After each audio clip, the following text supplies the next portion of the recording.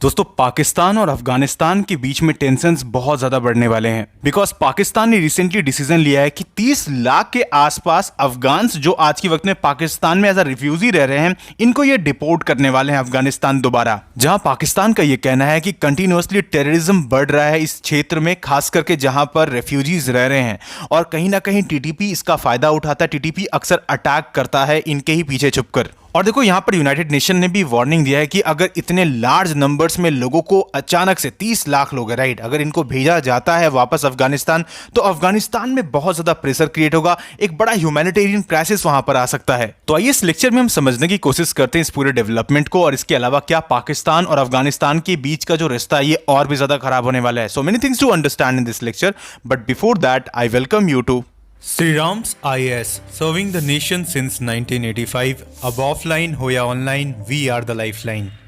अब दोस्तों इस पूरे टॉपिक को समझने के लिए सबसे पहले हम मैप समझते हैं जो कि हमें बहुत कुछ क्लियर कर देगा, बहुत सारा एस्पेक्ट समझ में आ जाएगा आपको कि इस टॉपिक में कई सारी ऐसी चीज़ें जो इंटरकनेक्टेड हैं।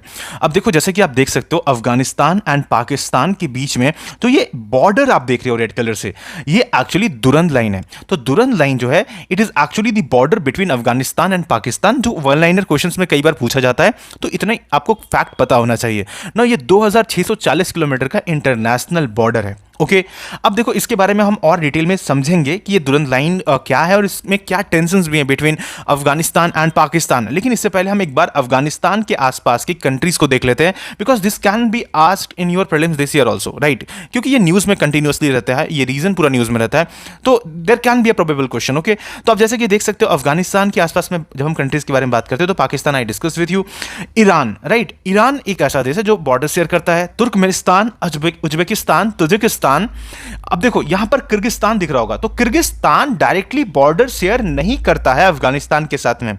अगेन चाइना क्या शेयर करता है, तो yes China shares border with Afghanistan. लेकिन क्या इंडिया करता है अभी, तो इंडिया नहीं करता है अनफॉर्चुनेटली, क्योंकि वी ऑल नो दैट ये जो रीजन है जम्मू एंड कश्मीर का, ये कहीं ना कहीं पाकिस्तान आप ऐसा कह सकते हो जो कि अभी लद्दाख के आसपास में अगर आएगा, अगर हम देखें तो एज सच ये जो रीजन है ये ओवरऑल पाकिस्तान ने इलीगली ऑक्यूपाई कर रखा है इंडिया से।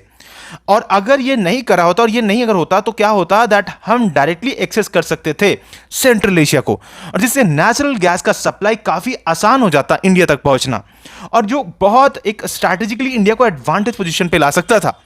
तो कहीं ना कहीं आप ऐसा कह सकते हो कि पाकिस्तान जो प्रॉब्लम क्रिएट करता है, स्पेसिफिकली जब हम तापी प्रोजेक्ट के रिस्पेक्ट में भी बात करते हैं, लेकिन ये अगर हो जाता, अगर पीओके इन फ्यूचर भी हमारे पास आता है तो ये इंडिया के लिए एक बहुत बड़ा अपॉर्चुनिटी खोलेगा, गेट खोल देगा to connect actually central Asia through Afghanistan. Okay तो ये दो चीज है, बहुत इंपॉर्टेंट चीज है।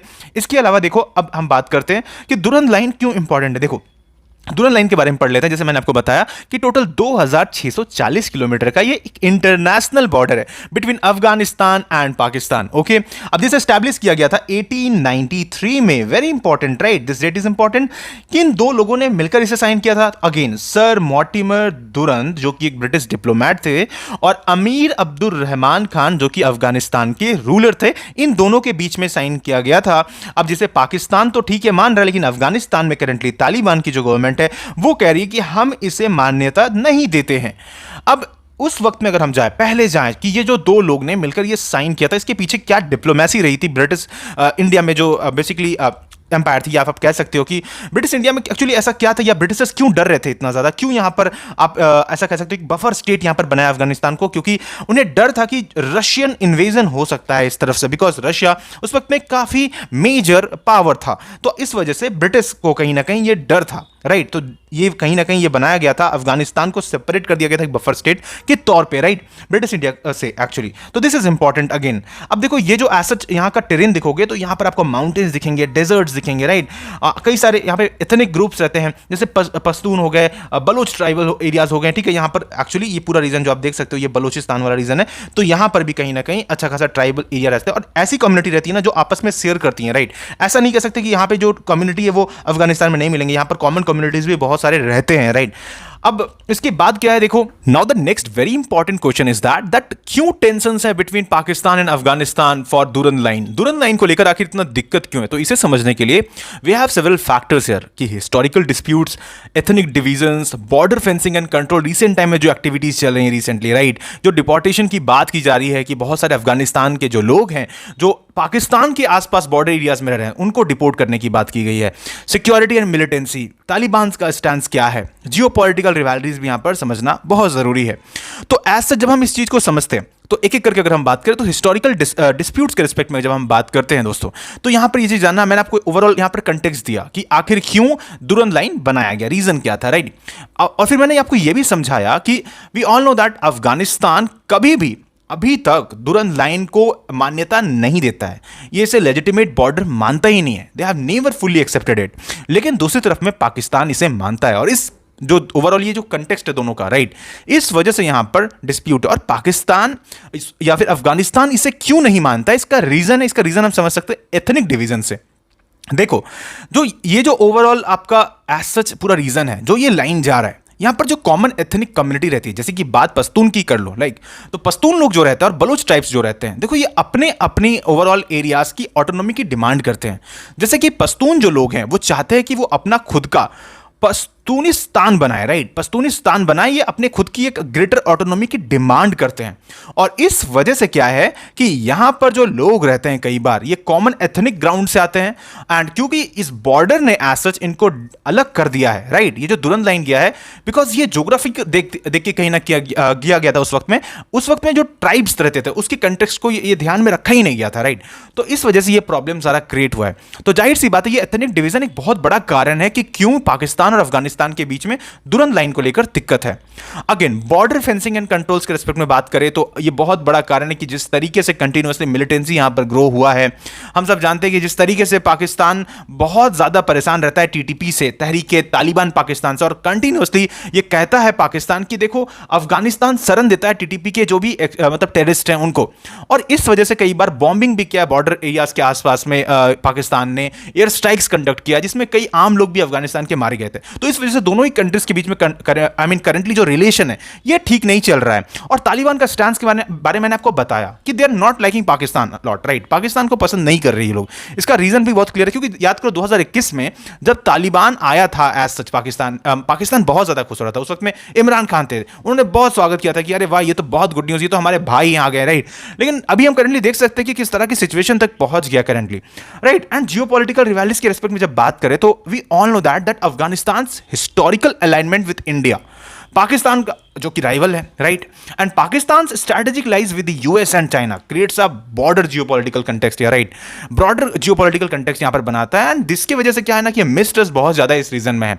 ओके, तो एज सच यहां पर कई सारे ऐसे छोटे छोटे एथनिक कम्युनिटी है जो अपनी सॉवरेनिटी की डिमांड करते हैं, कई बार उनको कहीं ना कहीं फ्यूल दिया जाता है बाहर के प्लेयर्स के द्वारा।